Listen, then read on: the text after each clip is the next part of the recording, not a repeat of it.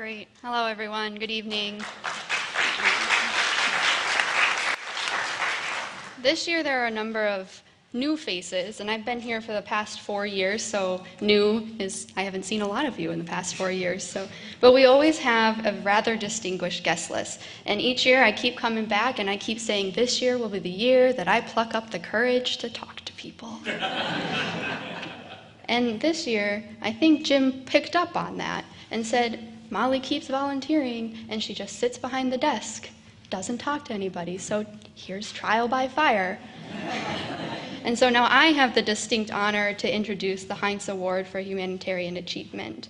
And each year, the Dialogues honors an individual whose dedication to international humanitarian justice is inspiring. This year, our two recipients are no different. Allison Kaysen began her life of activism by organizing Give a Hoot, Don't Pollute, her first protest at age 10.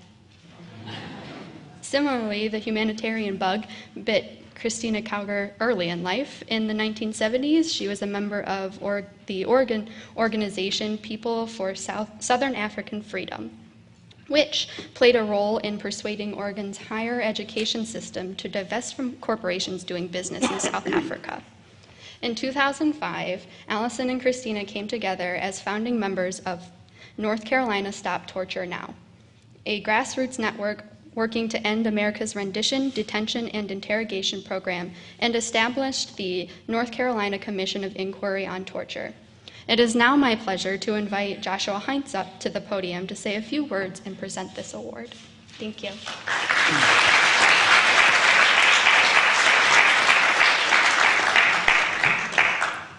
Good evening, and thank you for having me here. I go back a long time and I'm looking at the recipients, and I think back to when David first invited me to the International Humanitarian Dialogues, and that turned out to be the incentive after meeting Whitney Harris, Ben Ferenz, and Bill Kamey in particular, and others.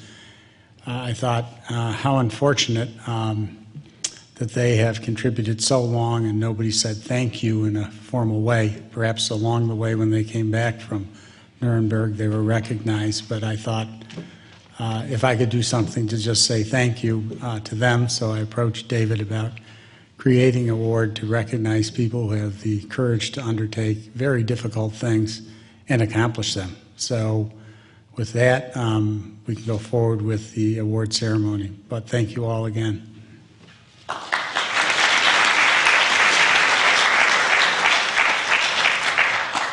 If Allison and Christina would like to come to the podium and say a few words.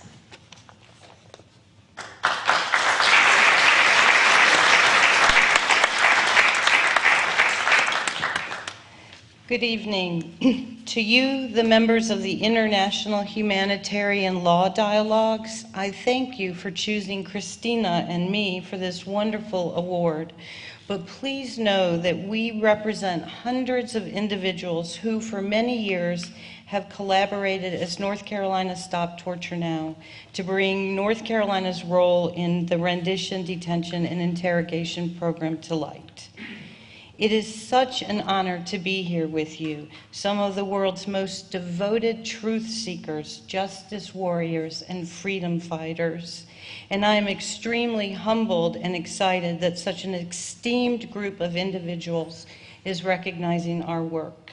For the last 13 years, what began as a small group of folks meeting monthly to discuss ways to expose North Carolina's role in torture has now turned into a network of individuals, including faith and civic groups, who have endorsed, participated in, and supported the work of North Carolina Stop Torture Now.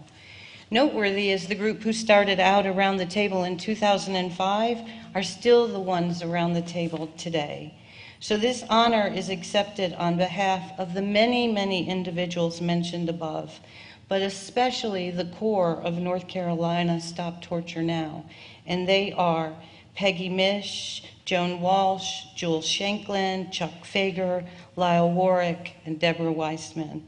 And of course, Christina Kauger, who, without her leadership, vision, passion, and tenacity, we would not be here today. Thank you, Christina, for dedicating your passion and every second of free time to this important cause, and for helping me to see my role. You so deserve this honor. Congratulations. I want to end by thanking my family who has stood by me through this process of stepping out into my own community. My husband, Walt, who has supported me and literally followed me around to make sure I was safe from harm or arrest. And Travis, who was 15 when all this came to light and experienced pushback from friends and often faced random film crews in our living room when he came home from school. And my oldest son, Rob, who couldn't be here. Thank you, honey, for becoming an attorney, so I always have one on call.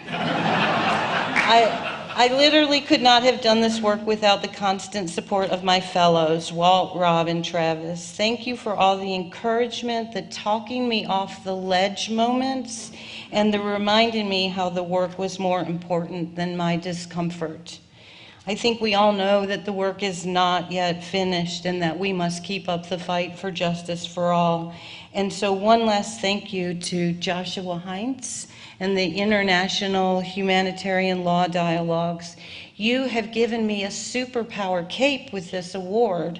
I will no longer shake in my shoes and be fearful of the elected officials who ignore us.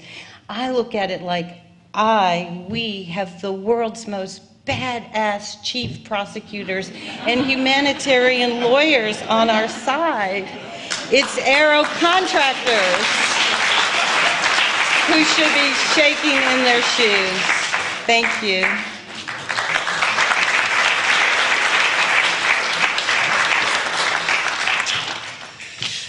Allison has always been a hard act to follow. Like Allison, I find it enormously humbling to receive an award previously bestowed on such brave and brilliant figures as Ben Ferencz, Sergei Magnitsky, and Zainab Bangura. It's hard to express how awed we are to be in your company. That grassroots anti-torture activists from North Carolina are receiving this award is testimony to at least three things, I think. First, that the U.S. rendition, detention, and interrogation program of the post-9/11 decade is an ongoing human rights catastrophe. It emerged as a centerpiece of the deeply misguided global war on terror and has joined the list of historic human rights abuses in the United States, right up there with the internment of Japanese Americans, lynching, and the genocide of Native Americans. The damage to human beings, to the rule of law, and to American public opinion is profound. The second thing I think is that the world cannot allow the post-World War II consensus against torture to disintegrate. As you well know, the U.S. historically led that consensus, but has now reversed course and is undermining it by its ongoing refusal to seek the accountability for its own torture program that international law requires. The third thing I believe is that grassroots organizing, as Allison has said, is fundamental to progress on this issue, not just in North Carolina.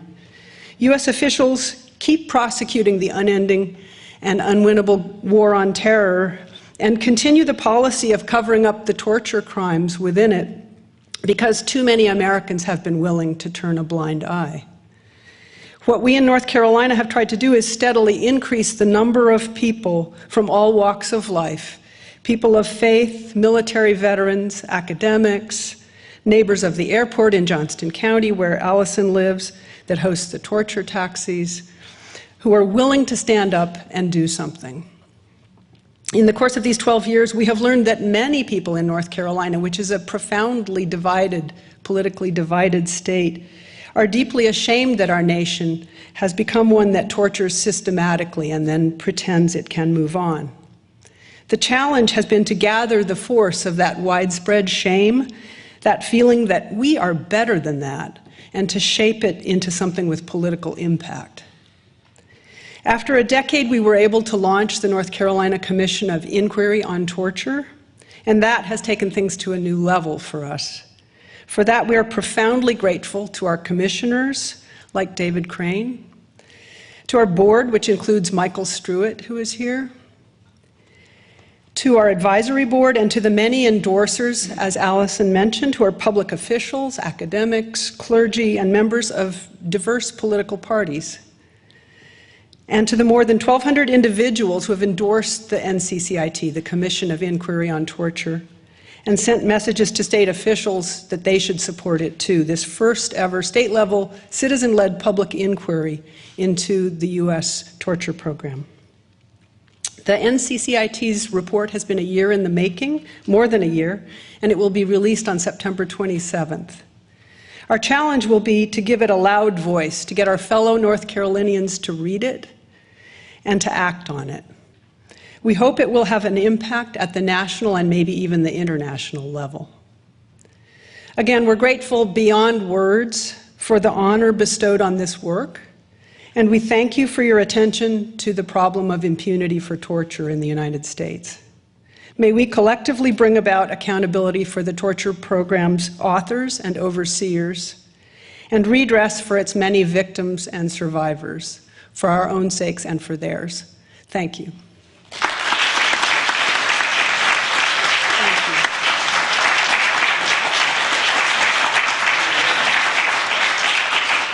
So now that you've both settled back down and think you're out of the spotlight, we actually have the physical award for you. So I'm going to invite you right back up. So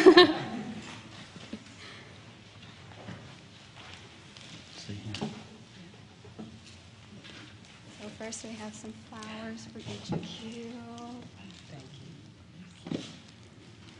Somebody is good enough to put each party's name on it, so I'll present this.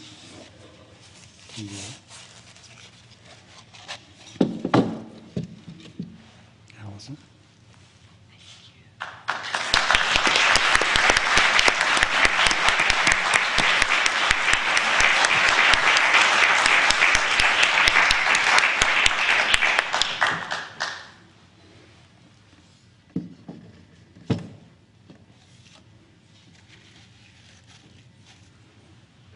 Christina.